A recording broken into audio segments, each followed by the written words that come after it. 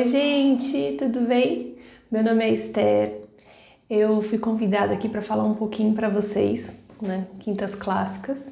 Para mim é um prazer estar aqui com vocês. E o tema que eu escolhi foi sobre a palavra de Deus e a importância dela na nossa vida como homeschoolers. E não somente na nossa vida como homeschoolers, mas principalmente na nossa vida como cristãos, né? Eu gostaria de orar para começar, pedir que Deus dê sabedoria e abençoe também cada família que está assistindo, que Ele venha enriquecer a vida de vocês através da minha palavra e principalmente através da palavra dEle. Vamos orar? Senhor nosso Deus, nós aqui estamos, Senhor, querendo aprender mais, mas te pedimos, Senhor, que encha a nossa vida, a nossa família, Senhor, a nossa casa, da Tua presença, da Tua palavra, Senhor, acima de tudo. Que descubramos, Senhor, por nós e pela nossa prática, Senhor, que o temor do Senhor é o princípio da sabedoria. E sem conhecer a Tua palavra, Senhor, não há sabedoria, não há conhecimento, não há nada de importante. Me dê sabedoria também para passar aquilo que eu estudei, e que o Senhor também faça que aquilo que eu fale seja vivência, seja real aqui na minha casa a cada dia. Me ajude e ajude a cada família, a cada mãe que está aqui assistindo o Quintas Clássicas, que o Senhor abençoe esse projeto, faça prosperar e o faça enriquecer cada lar, cada família. Em nome de Jesus, amém. Bom, como eu tinha dito, meu nome é Esther, eu sou esposa do Fernando. Eu sou mãe de 3, nós aqui na nossa casa estamos no 3º ano de homeschool, começamos em 2019 e atualmente eu sou tutora aqui do CICI do Alto Tietê, aqui em São Paulo. E uma das coisas que eu trouxe aqui para falar com vocês é exatamente da importância da Palavra de Deus nas nossas vidas, né? A minha proposta inicial era falar apenas sobre a importância de ensinar as crianças sobre a devocional, a importância delas meditarem na Palavra de Deus. Mas antes disso eu me peguei pensando num texto, né, tão conhecido, acho que por toda a família que começa homeschool, que é em Deuteronômio 6. Eu vou ler de novo para vocês, para que a gente possa relembrar dessa tão importante palavra. A partir do versículo 4 até o 8. Ouve, Israel, o Senhor nosso Deus é o único Senhor. Amarás, pois, o Senhor teu Deus de todo o teu coração, de toda a tua alma e de toda a tua força. Essas palavras que hoje te ordeno estarão no teu coração. Tu as inculcarás a teus filhos e dela falarás assentado em tua casa e andando pelo caminho e ao deitar-te e ao levantar-te. E também atarás como sinal na tua mão e te serão por frontal entre os olhos.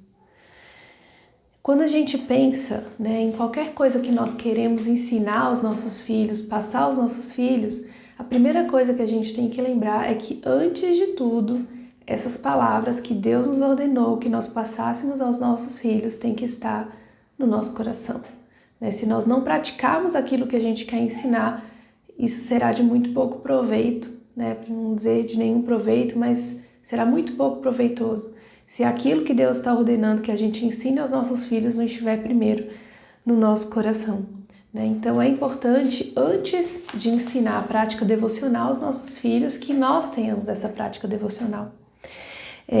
E a importância é não somente por um costume, é porque realmente a palavra de Deus tem que ser o mais importante na nossa vida, o mais importante na nossa casa, né? Isso tem que ser algo vivido de forma constante, tem que ser algo que a gente deseje mais do que tudo, mais do que aprender sobre qualquer matéria, mais do que aprender sobre qualquer ensinamento, é aprender a palavra de Deus, é vivê-la e é desejá-la, é querer estar perto dela cada dia. Eu vou ler um salmo que para mim é muito interessante, porque nós, pelo menos aqui em casa, a gente lê muito sobre ele, é inclusive parte, né, da memorização do ciclo 3, que a gente está fazendo agora aqui no Foundation, mas ele é um salmo de tanta riqueza, né, em relação a tudo que é escrito. E eu vou ler ele inteiro e depois comentar algumas coisas sobre ele. Salmo 19. Os céus proclamam a glória de Deus e o firmamento anuncia as obras das suas mãos. Um dia discursa a outro dia e uma noite revela conhecimento a outra noite. Não há linguagem, nem há palavras, e deles não se ouve nenhum som. No entanto, por toda a terra se faz ouvir a sua voz e as suas palavras até os confins do mundo. Aí pôs uma tenda para o sol, o qual, como noivo que sai dos seus aposentos, se regozija como herói a percorrer o seu caminho. Principia numa extremidade do céu e até a outra vai o seu percurso, e nada refoge ao seu calor. A lei do Senhor é perfeita e restaura a alma. O testemunho do Senhor é fiel e dá sabedoria aos simples. Os preceitos do Senhor são retos e alegram o coração. O mandamento do Senhor é puro e ilumina os olhos. O temor do Senhor é límpido e permanece para sempre. Os juízos do Senhor são verdadeiros e todos igualmente justos.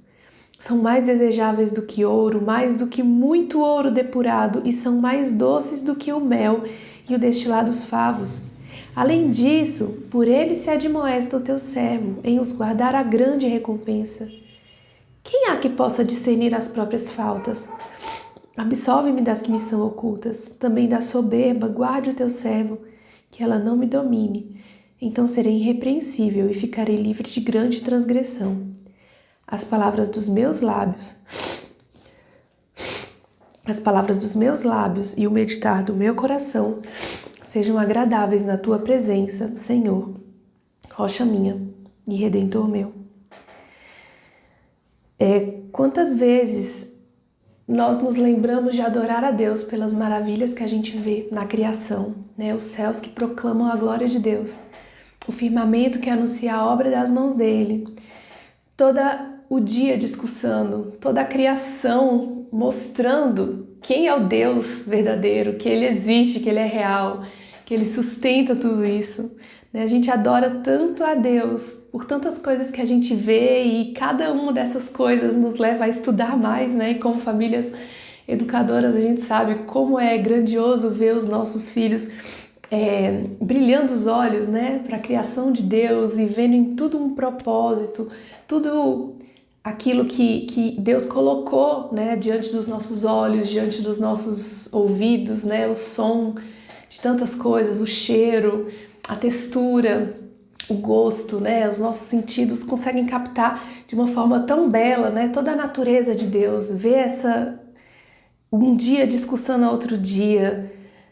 A gente fica impressionado, né, com tudo isso. Mas o Salmo continua no versículo 7 e fala assim: a lei do Senhor é perfeita e restaura a alma.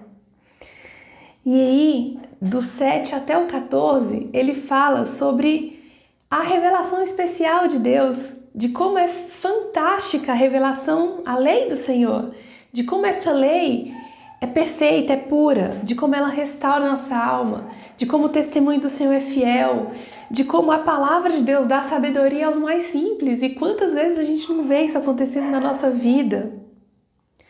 De que os preceitos do Senhor são retos e alegram o coração. No versículo 10, são mais desejáveis do que o ouro, mais do que o muito ouro depurado. E aí fala como a palavra de Deus sonda o nosso coração, mostra os nossos erros, mostra as nossas faltas. E no versículo 13, né, que uma oração para que a soberba não atinja, né, aqui no caso o Salmo de Davi, mas Davi que escreveu, e também a nossa alma, a nossa vida, passando pra gente. E no final, né, que as palavras dos lábios e o meditar do coração, do nosso coração, seja agradável na presença de Deus. E para mim é tão importante pensar, né, como a gente deveria cada dia mais valorizar e amar a palavra de Deus. Porque ela é o que tem de mais especial, o que Deus nos deu de mais especial para conhecê-lo. Né? A partir dela que nós conhecemos a vida de Cristo, é a partir dela que nós conhecemos quem Deus é. A gente pode estudar muito sobre a natureza, sobre a criação, a gente pode saber muitas coisas, mas o propósito de cada uma delas a gente só vai encontrar revelada na palavra de Deus. E é tão interessante quando a gente teve um livro que a gente está estudando, que chama Lendo a Bíblia de Modo Sobrenatural. do John Piper. E tem uma citação que ele fala em relação a 1 Pedro 2:2. Um versículo que fala assim, que desejai ardentemente, como crianças recém-nascidas, o genuíno leite espiritual, para que por ele vos seja dado crescimento para a salvação. Bom, eu tenho uma pequenininha de 4 meses e eu sei o quanto apenas o leite materno sacia na hora que ela está nervosa, né? Aliás, é a única coisa que eles podem comer, né, nesses dias, até os 6 meses. E aqui, Pedro fala que a gente deve exatamente isso, desejar ardentemente, que nem crianças recém-nascidas, o genuíno leite espiritual. Nós devemos realmente nos despir do nosso modo antigo de viver, né? Se a gente pegar aqui todo o contexto de 1 Pedro, e desejar a palavra de Deus mais do que tudo.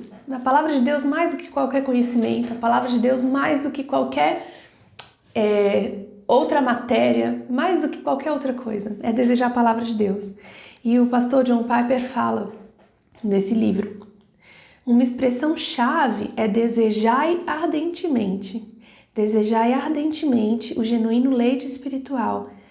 Pedro não está simplesmente dizendo que devemos desenvolver a disciplina de ler a Bíblia. Não é só ler todo dia e ter essa disciplina.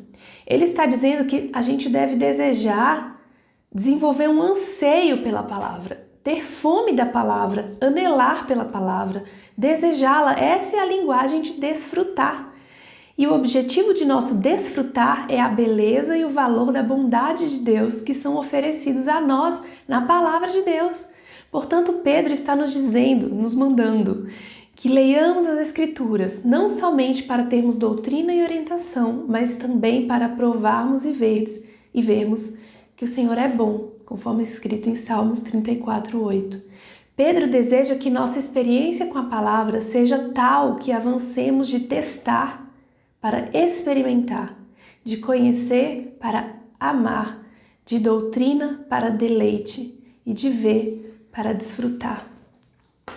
É muito profundo quando a gente pensa, né, em desejar, em nos deleitar, em conhecer a Deus, né, em prosseguir e conhecer. Porque é somente a partir da palavra de Deus que nós vamos renovar a nossa mente, que nós vamos conseguir, a partir dela, ter um alvo, saber o que é certo e o que é errado. Né? Em uma sociedade que diz que não há verdades, nós temos a verdade na nossa mão, é a palavra de Deus. E um livro que eu li, um livreto do Thomas Watson, que fala como ler a Bíblia. Ele fala várias formas que você tem que ler a Bíblia, né? 30 formas que você deve ler a Bíblia. Em algumas delas, ele fala assim, prepare o seu coração, intime seus pensamentos, tire o que atrapalha a leitura, né? Desligue o celular, tente tirar as distrações. Tenha uma ordem para lê-la. Então, a gente querer ler a palavra de Deus, colocar em prática, muitas vezes a gente precisa de um plano, um planejamento, para que a gente consiga levar isso adiante. Né? Um dos meios é realmente a partir dos planos de leitura bíblica, que seja um plano pela ordem dos livros, que seja em ordem cronológica, né? Tenha um plano, tenha uma forma que você consiga já estar aqui fácil de pegar a palavra de Deus e saber de onde você começou e até onde você vai aprender. Esforce-se para você se lembrar o que leu, né? Não leia e esqueça os pensamentos ao longo do dia. Esforce durante o dia para você lembrar o que você estava lendo. Tenha um coração humilde. Você é indigno de que Deus se revele em sua palavra. Isso para mim é muito forte, né? Nós somos indignos de qualquer coisa que venha de Deus, quanto mais da palavra dele. Deus se revela a nós a partir da palavra dele. Use exemplos da Bíblia para você, né? Pegue os textos e aplique à sua vida. Peça para que Deus não apenas informe a você sobre o que existe na Bíblia, mas que inflame o seu coração de desejo pela palavra de Deus e coloque em prática aquilo que você leu. Ore para que Deus te dê proveito das Escrituras. E mesmo que inicialmente a leitura seja por uma obrigação, uma sensação de obrigação, leia. E ore para que Deus transforme o seu coração, para que a necessidade que você sabe, né, que às vezes entra aqui na cabeça, desça para o seu coração, para que a palavra de Deus mude de verdade a sua vida. E para finalizar, eu só queria comentar uma citação. Eu estou atualmente fazendo a leitura por essa Bíblia de Estudo, Herança Reformada, e eu estou fazendo a leitura em ordem cronológica, mas estou aproveitando para ler as citações. E uma citação aqui, um comentário aqui para a devoção pessoal do Salmo 19 é assim: Deus constantemente revela a toda a humanidade seu ser e seus atributos por meio da revelação natural daquilo que ele criou. A natureza, portanto, no entanto, não transmite a mensagem salvadora. Ela apenas condena o homem por se recusar a glorificar a Deus, mas não aponta a solução. A revelação especial de Deus em sua palavra é o meio de graça que revela a maravilhosa solução para a condenação. A Escritura é mais preciosa que o ouro e mais doce que o mel, e em nenhum outro lugar aprendemos sobre o Senhor como Redentor de pecadores, Deus em Cristo, reconciliando consigo o mundo. Enquanto a criação deve nos encher de reverência a Deus, somente a Bíblia pode nos ensinar como nos aproximar de Deus, como pessoas perdoadas e transformadas em adoração aceitável. Então, meu desejo, minha oração é para que, se você já está em devoção com Deus, em comunhão com a sua palavra, que Deus te faça cada dia ter mais amor pela palavra dele, te ajude a amar mais do que tudo a lei dele, que é perfeita. E se você não tem ainda o hábito de ler a palavra de Deus, minha oração é para que essas palavras ajudem, te encorajem a começar a agir para aquilo que eu acho que vocês já sabem, né? Nada que eu disse aqui é novo, mas que seja um encorajamento para você e para sua família, para que você busque mais a Deus. E aí, na próxima vez, a gente vai conversar um pouquinho sobre os recursos para ensinar os nossos filhos também a ter um momento devocional com Ele. Deus abençoe vocês. Um prazer estar aqui. Muito obrigada, equipe do Quintas Clássica. E até a próxima.